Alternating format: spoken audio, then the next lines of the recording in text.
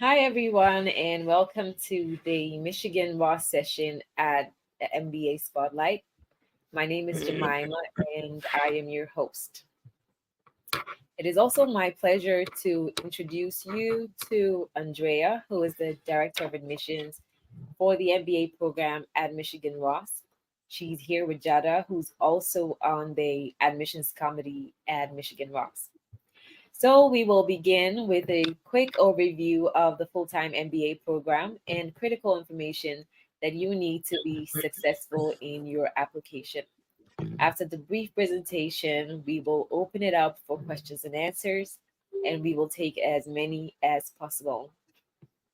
For everyone in the audience, we have a great way for you to engage and post your questions. On your screen to the right, there is a Q&A bubble. That's the perfect place for you to post any questions you might have for Andrea and Jada. And you can also upvote the questions that you want answered. I will be picking the most upvoted questions from the Q&A tab. And now I will hand over to Andrea to take us through the session. You're welcome, Andrea, and we're happy to have you. Thank you, Jemima. Hi, everyone. I saw one person in the chat was like, I'm excited to be here. I am too. Welcome from really all over the world. I was seeing chat in. So good morning, good afternoon, good evening. My name is Andrea McHale. I am the Director of Admissions for the full-time program here at the Ross School of Business. And I'm going to go through a brief presentation for about the first 15 minutes. And then Jemima, Jada, and I are going to go through your questions for the remainder. So the majority of this time is going to be spent answering your questions about the application process, about the Ross program, the culture, really anything that you have outstanding that you want to learn about us, we are happy to address. So with that, I think I'm going to lose visibility, but I'm going to switch over to this presentation screen. So in Jemima or Jada, let me know if things go awry here. So to get things started, our key differentiators at Ross, we have a pedagogy of action-based learning. We have more opportunities in action-based learning than any other program and any other school. It is our core philosophy. I also think from a culture standpoint, that brings that tight-knit, team-based culture into our ethos. I'm going to talk a little bit more about our capstone project later in this presentation. But with that said, we do offer a highly flexible MBA program. And why do I have this next key differentiator of 117 top ranked graduate programs? For two reasons. One, up to 10 of your 57 MBA credit requirements can be taken outside of Ross. So if you have an interest in a different program or a different area, you would have the flexibility to take that coursework.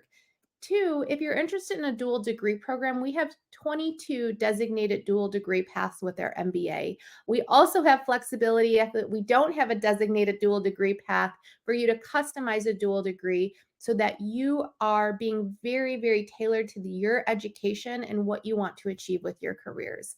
We also have one of the most extensive alumni networks. I wrote this down because I didn't want to forget, but across 179 countries, we have over 682,000 university alumni. We were also rated this year, in the Princeton Review, Best for Career Prospects. And I think that speaks to our alumni network and also the reputation of the Ross School of Business. And then as you're thinking about your MBA path and the reasons why you want to pursue a full-time MBA, many cases it's to make some sort of pivot or change. And you're not alone. Last year, 94% of our incoming class was trying to make some sort of pivot or change with their career. This could be moving within industry or functional area or doing a complete pivot into business. So that speaks again to the strength of our curriculum and our reputation for our students to be successful. Next, what we're excited about. So we were ranked number 8, best business schools by Bloomberg Business Week, number 7 by Fortune. So reputation is important to us, and we work very hard within our key internal stakeholders to support that reputation. Next, we have a couple things changing on the horizon, both from a support standpoint as well as your concentration. So last year we launched the ESG concentration. So it's now in its second year, and we're starting to see that growth and interest from our MBA classes. And then two, to support our students, we have a new director of wellness within Ross to help support our students and their time here at the Ross School. We have a number of centers and institutes. One that I want to highlight here is within the Zell Lori, we have a healthcare accelerator. This is one of the many action-based learning opportunities that our students can participate in. And this is an opportunity for any individual that wants to make an impact in healthcare to receive resources, grant funding. There's a number of different opportunities, and this is just one of the very many action-based learnings we have through our centers and institutes. And then lastly, what we're excited about is this year, Ross is celebrating its centennial. So the Ross School of Business has now been around for 100 years. So that's 100 years of research and really creating a lot of impact globally within the world of business. And then we are not a STEM designated MBA, but we do have a STEM path. So this is a specialization in management science. Your credit electives, you'll have 14 credits required, and then 10 of those credits will be within foundational courses. And some of the courses that you might be able to take within this is the psychology of startups, competitive tactics and policy, valuation, artificial intelligence of business, and marketing, engineering, and analytics. So there is a wide breadth of different quantitative courses that you can choose from to support that STEM designation. And then here is our capstone action-based learning project. The last 7 weeks of your MBA 1 year, so your first year as an MBA student, you participate. Your complete curriculum for that 7 weeks is participating as a consultant for an organization with a group of your peers. You have voice and choice in the MAP project you take on. We typically have anywhere between 70 to 110 different projects to choose from. About 45% of those are international opportunities, 55% are going to be domestic. Your tuition cost is everything that you would need for all of your expenses, from flights to transportation, hotel stays, everything that you're doing to visit with your clients or your customer is covered within that tuition. If you're interested in learning more about this, we post all of the projects that we have on our webpage. And there are great opportunities from working with small startups to Fortune 10 organizations. We have a lot of different opportunities. You'll also see what that project scope is when you're selecting into that, not only the organization and the location. And then we have a saying here, we are located in Ann Arbor, Michigan, which is the heart of the Midwest. But our saying is go blue, go anywhere.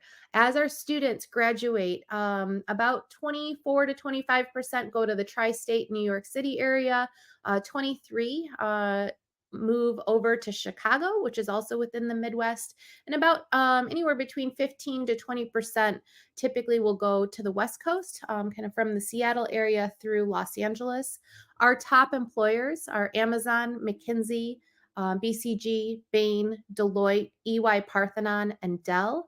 You can see, I think the top two industries we typically see is consulting and technology. And I think our top employers speak for themselves in that. But again, if you want more detail, we publish our employment report.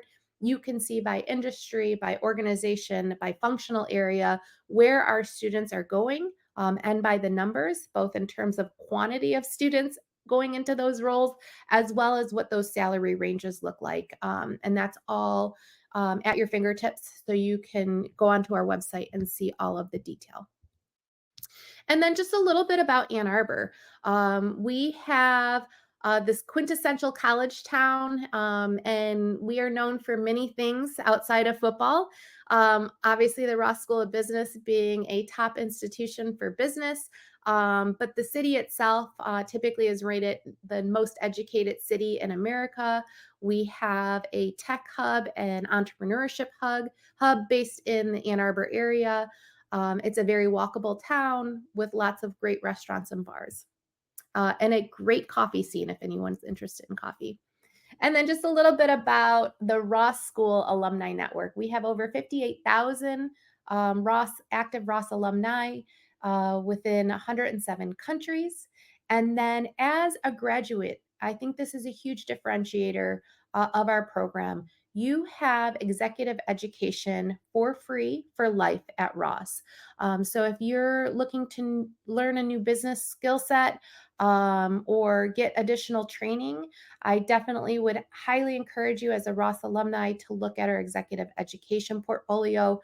There's a lot of wonderful opportunities, both as they travel to a number of different cities and then also our online portfolio. Just a little bit about our admissions process. We do accept the GMAT Focus. If you have the old version of the GMAT, we will accept that as long as it's valid. We accept the GRE, and then if you're applying as a dual degree student, we do accept the MCAT, LSAT, and DAT for an alternative test. And then if you are choosing to apply without a standardized test, you are required to write a statement of academic readiness. We have 3 required short answer essays, 1 optional essay. And then if you are a reapplicant, we do require a reapplicant essay, really sharing what has changed from your prior application to now. We accept the GMAC letter of recommendation. We require a resume. And then by invitation, we have an evaluative interview. We have 2 remaining round deadlines coming up. January 6th is our next round deadline. If you are an international student listening to me right now, I'd highly encourage you to apply by January 6th. If you're a domestic student listening, I also would probably encourage by round 2, but you have a little bit more flexibility because the visa requirement is not there. I just want to make sure that we are timely with getting all of your documentation as an admitted student in for you to be successful to arrive here mid-August. And how to stay engaged. After this session, please take a look at some of our blogs and vlogs. We have a number of student voices as well as admissions blogs to keep you informed. We have a very active student ambassador network and alumni network, I should say. Over 300 student ambassadors are there to help support you. You can go onto our website and connect with current students that have similar interests that you do or that have differing interests. And then we have a long running, I think it's in its 9th season now, podcast of Business Beyond Usual. We'll have student voices, faculty voices, administration voices. So really everything to keep you engaged and learning about Ross. And with that, I hope I'm at 15 minutes. I'm not quite sure. We're ready for some Q&A. Thank you so much, Andrea. That was a very brief and concise presentation. So we will move to the Q&A session now. We have quite a number of questions from our audience. So I will begin. I will just put up the most voted question on the stage and hand over to you. Okay. So Raphael says, how does applying for a GMAT waiver impact my scholarship chances in Ross? All right. Well, I think it's always something to consider when looking at, I would always start assessing for not only admissibility, but also scholarship eligibility. We offer only merit-based awards. So looking at our current class profile is a great indicator of what our future class profile would be. Without a standardized test, we are going to weight the other criteria that we are asking heavier than without a standardized test. So the amount of work experience you have, your undergrad and any graduate transcripts, certifications that you have, and then also the interpersonal skills that you reflect in your interview and within your essays are going to be weighted heavier because we're looking at less criteria. Does it limit, if you're applying without a standardized test, does it limit you from having scholarship? No, but you want to consider those factors of we have less criteria to look at, and particularly in assessing the academic rigor. So your statement of academic readiness should really focus on the quantitative experience and rigor that you have. So one, we know you can be successful into the Ross MBA program, but then it also provides a more holistic and comprehensive evaluation from a merit-based scholarship standpoint. I don't know, Jada, if you wanted to add anything else from not just necessarily a scholarship, but when we're looking at applicants from an admissibility standpoint. I think the number one thing you said is if you have the waiver of the test, that your other pieces become a little bit heavier in weight because we're kind of removing a piece of assessment for you. So when you go through your application, really give it a holistic review yourself. Look at what our school profile is of accepted students, see where you measure. We do have an optional essay to address some challenges maybe that you might have in your essay that you want to clarify. There is a word limit on that, so make sure you're cognizant of that. And put your best foot forward. There's a couple of other questions in here about, I'm taking my GMAT test in January and I want to apply. You can apply with a waiver. You can add the test score in. If you are a round one applicant and you have already submitted and you have a new test score that is exceeds what you have before, you can still send that in to us. So I think that other than the other topics, I think that covers it. Okay, thank you so much. I will move to the next question, the next most upvoted question. So we have from Mandar, she says, how does your admissions team evaluate applicants with non-traditional backgrounds or low GPAs? Oh, she has two questions. And the second one is what percentage of incoming students receive scholarships and what factors determine eligibility? All right. So the first one, in terms of non-traditional backgrounds, I love non-traditional backgrounds, but I also think as an applicant, you really want to think about why an MBA, why now, and what skill sets do you have that are going to transfer into your MBA experience and what you want to do with your future career, and what are you going to work towards as an MBA student. So there is some due diligence you need to do in your research and understanding what an MBA is and how that's going to help support you with your goals. We look for that. We know that as you learn more, your career path may shift and shape into different things. But having the motivation to understand and have like the goal-driven approach to be successful is definitely a skill set and a characteristic we look for. So I would not worry as much about the non-traditional background, but understanding the why now, and the how to achieve your goals is going to be important. Low GPA. Jada already brought up, we have an optional essay to address maybe a weak point within your application criteria. You never want an admissions officer to make those assumptions. You tell us your story. That's always a really wonderful approach to us understanding you. It's an opportunity for you to share your voice. And you have other criteria. So if you have a weak criteria like a GPA, you have other criteria, your work experience, your letter of recommendation, your standardized test score that can I wanted to say overcompensate, but not overcompensate. Oh, be more holistic and shine in other areas as a strength to kind of balance you as an applicant out. I don't know, Jad, if you wanted to add anything on that one.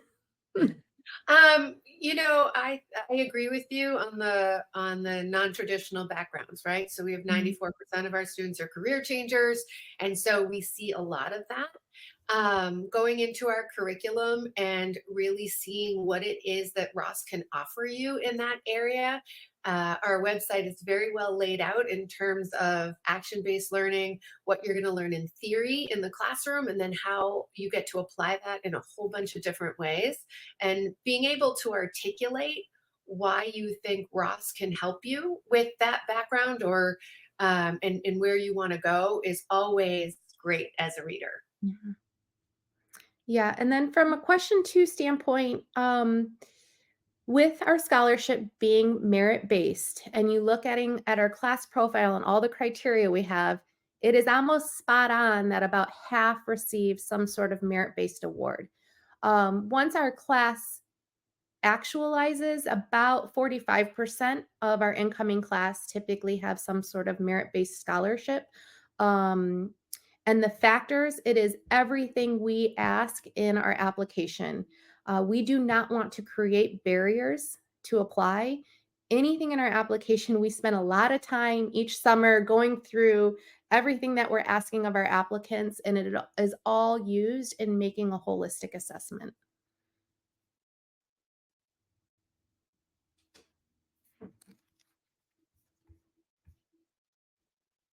I don't know if we lost Jemima.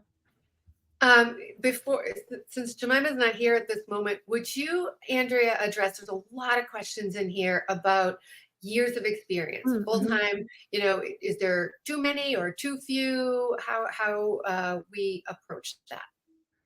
We do have an average. So if you look at our class profile, and our average keeps kind of getting more and more experienced if we look across the last 10 years. So this fall class, the average amount of work experience was 6 years. If you are talking to our career development office, and this is where it really matters, is in terms of the employer network, the employment opportunities. Minimally, they're really looking for 3 or more years of work experience. And then with an MBA, post MBA career, typically that ranges anywhere between 3 to 8 years. Do we have students that have 8 or more years of work experience? Yes, absolutely, 100%. But that gets to that question of the why now, why an MBA? And it's the due diligence that you do to understand what those opportunities are. For instance, we have a lot of um, military applicants that are transitioning that may have more years of work experience than our average 6 years. But that why now is they have been active military and they're trying to transition to a civilian career. Using an education path to do that is a wonderful approach. So if you have kind of like a similar rationale, you definitely want to explain that, but then also understand what those opportunities would look like from like a career standpoint post Ross MBA. Thank you so much. I believe the questions are both answered. So we will move to the next question from an anonymous audience person. Sorry. Okay, so the question says, with the increase in the number of applications, what are the 3 key aspects to focus on to get an admit, especially for overrepresented international students? Well, I don't think so. Yes, there's been an increase across the board with all of not just Ross, but I think within just our MBA space in general. So with that growth, it not being isolated to one program, the the key aspects are all the same. And I would say it's more than 3 key aspects. It is every single application criteria we ask of you. That's all important. And I will say there are, particularly in some of our international markets, there are larger populations of students applying from one country or one city. And so that is something to factor in, that one, you're being assessed within our population of applicants.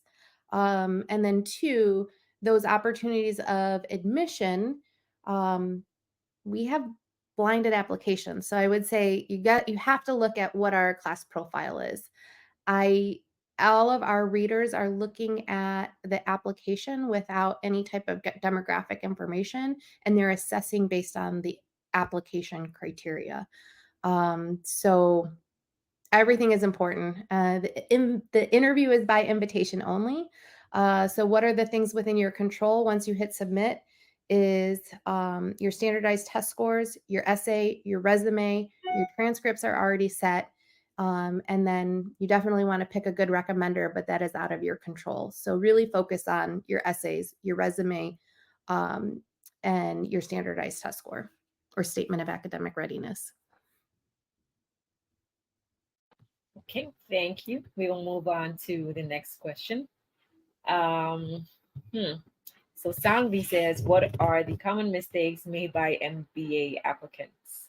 Okay, so we have like the best evaluator on this call right now. So I'm just going to turn it over to Jada. I mean, you see it all. My pet peeve is not doing your due diligence on your essays. And then I'll turn it to Jada. Like trying to use an existing essay to fit our question. I always notice that, and that's a pet peeve of mine. My second pet peeve is the resume length and not quantifying the impact that you've had within your career. Those are my two. But then, Jada, you've seen it all. Those are good ones. So I've been an application specialist for 13 years at Roth. And I do have a couple of pro tips that will keep you from some of those common mistakes. Most common mistake is not answering the question that we ask. Our questions are very specific. We are not looking for a specific answer, but we are looking to have a specific question answered. So like Andrea said, not using an essay from another school to kind of fit our question is kind of a pet peeve. But my pro tip here is to write your essay and give it to a trusted advisor or friend, but don't give them the prompt, and have them read your essay and tell you what they think the prompt is. And if they don't get it, then you didn't actually answer the question correctly. So that's kind of a pro tip on essays, really understanding the question and answering it fully. I agree with Andrea on the resume, one page. And the best way to get it to one page is not to list all of your responsibilities, but to list the impact that you've had. So as you go through our curriculum, we are a community-based collaborative learning environment. And so if you can show us the impact that you've had in your job, then we know you're going to have similar impact on campus. And we want to bring in students that have that impact. So those would be kind of my biggest tips when you ask a recommender. If they'll write you a recommendation, ask them, can they write you a good recommendation? Because that's the one you want, not just the recommendation. We do want you to use your supervisor. They've had evaluative experience and relationship with you. So if you can ask your direct supervisor, that's always best. Thank you. Very powerful tips. So do not use generic essays. CVs should be the right length and recommendations. Very, very useful. So we will move on to the next question. The next one says, I know that Ross is huge on AI or technology. With the onset of Gen AI and AI in general, how does that translate back to existing coursework at Michigan Ross? So I do know in the last year, there have been 2 new electives around machine learning and AI added to our Ross curriculum. I also think from a research, it's a disruptive technology, right? I'm going to sit on a panel tomorrow talking about AI and admissions even. So being a research one institution and research forward in terms of the way that we structure our coursework for being supportive of our students' goals and needs for them to be successful in their career. We're always looking at how we improve our coursework. Our faculty will, depending on the course, will be shifting some of their cases, their instruction to be supportive of this disruptive technology.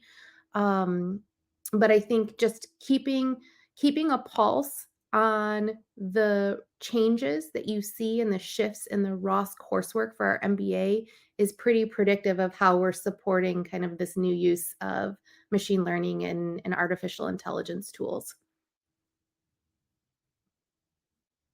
Okay, thank you. We will move to the next question. So the question says that, okay, this is about application. I will move that to the last question. So let me move to a different question. So it says, Robin says, GMAT or GRE, which test impacts most in the selection of MBA candidates in reality? Mm-hmm. I don't know, Jada, if you have kind of any insights on that? We don't have a preference. We have a test optional approach to our application. We have a test options, either the GMAT or the GRE.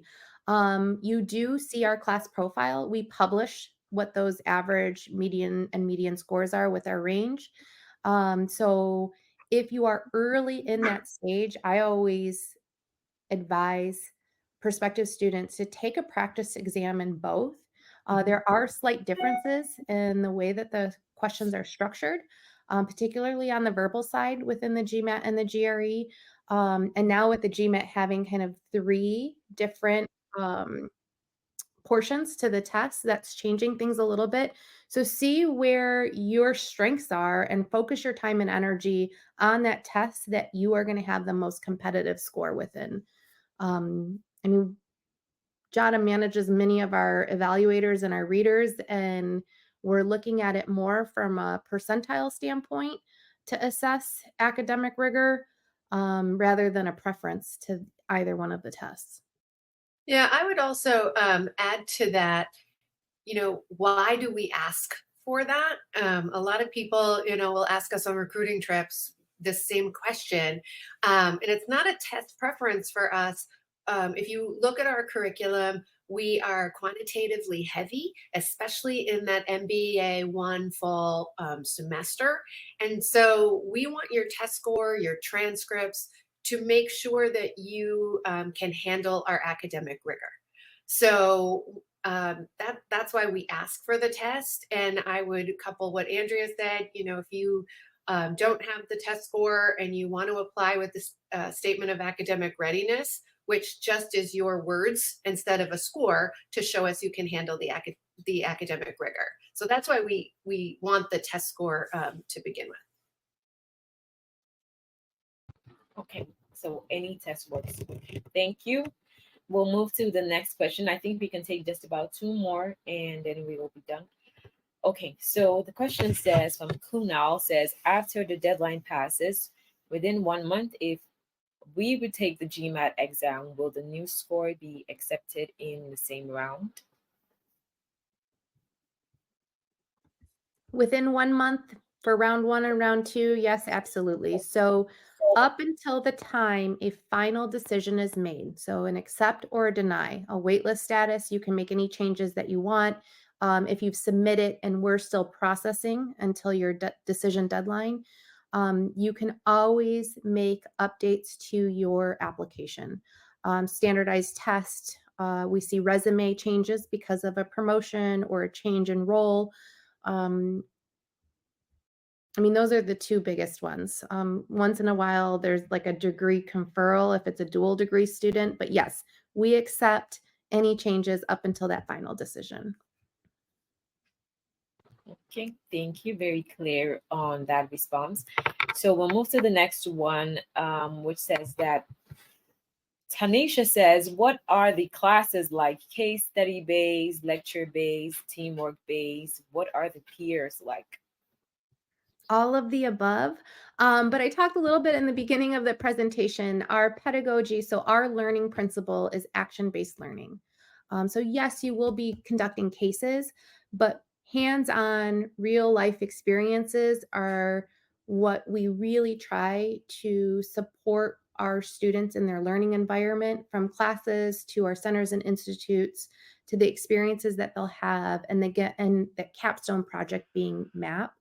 So with that action-based learning, it naturally creates a very team-based approach. to how you're working through those problems and those hands-on learning experiences. So from a peer standpoint, we have 5 different sections for each MBA class. So 5 different cohorts, and those each within those sections become very tight knit in nature because of that team-based approach to your curriculum. And then within your elective coursework, some of those electives will be like 6 credit electives, and you're working with an organization for the entire semester.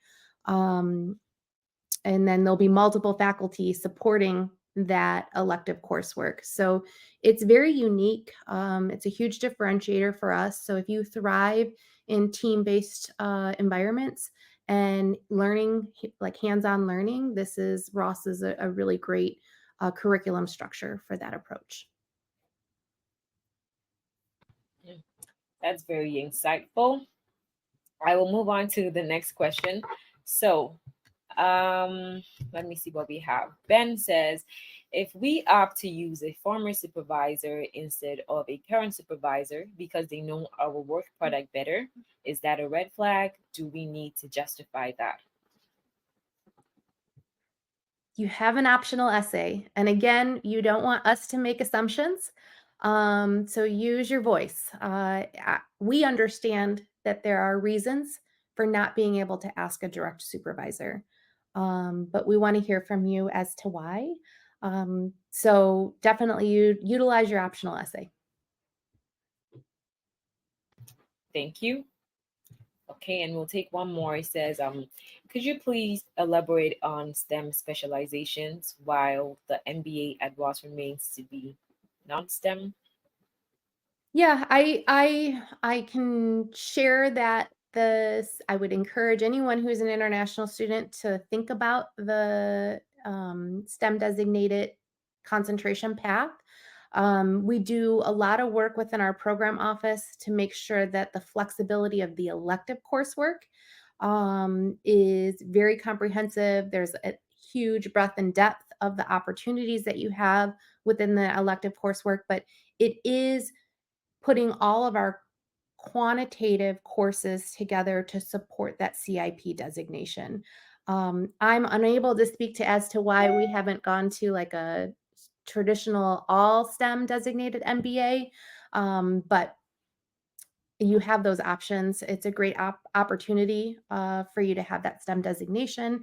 And then it also provides you the flexibility to keep that kind of general management coursework that Ross is known for.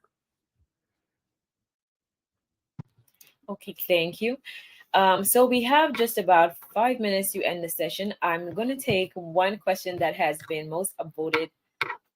Again, I think we spoke about this already, but maybe they would like you to summarize everything.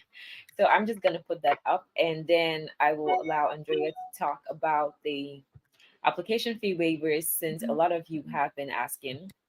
So the last question that I will take says, what are top 3 do's and don'ts to be kept in mind while applying? So we have spoken about it a lot, but I will allow Jada and Andrea to give us their top 3, and then we will end the session. Yeah.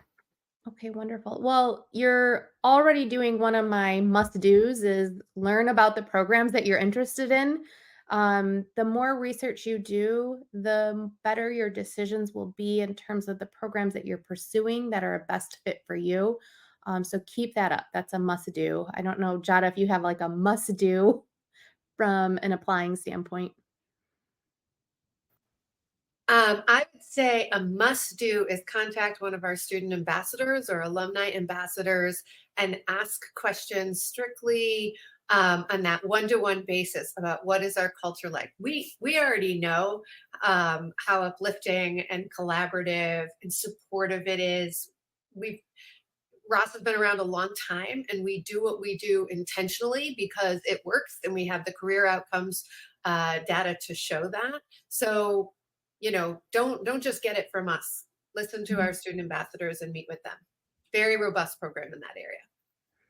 Yeah, and I think in applying, take time, particularly in your resume and your essays, work on them, step away, have extra sets of eyes read through them. Everything matters when you're applying. And so those like minor details and sometimes mistakes can be the barrier to being admitted because we do have so many amazing applicants. So take that time. Take the time now to really just um, put your best foot forward, the most competitive application that you can. And then don't. Okay. Oh, I mean, I think we Don't. already addressed the don'ts on the no 5-page resumes and answer the questions, the essays. If you're not answering our essay questions, we know right away. Again, that's a quick red flag for us. And with so many applications. And then one extra don't. I don't know if We this is spoke a about don't, the but be recommenders. authentic. Sometimes I see applicants sharing with us what they think we want to hear, particularly in the interviews and the essays. And that just we want to know who you are. We want to know what your experiences are. That's what's important to us. And that is the most authentic. Those are the things that stay with our readers. Those like the just be yourself.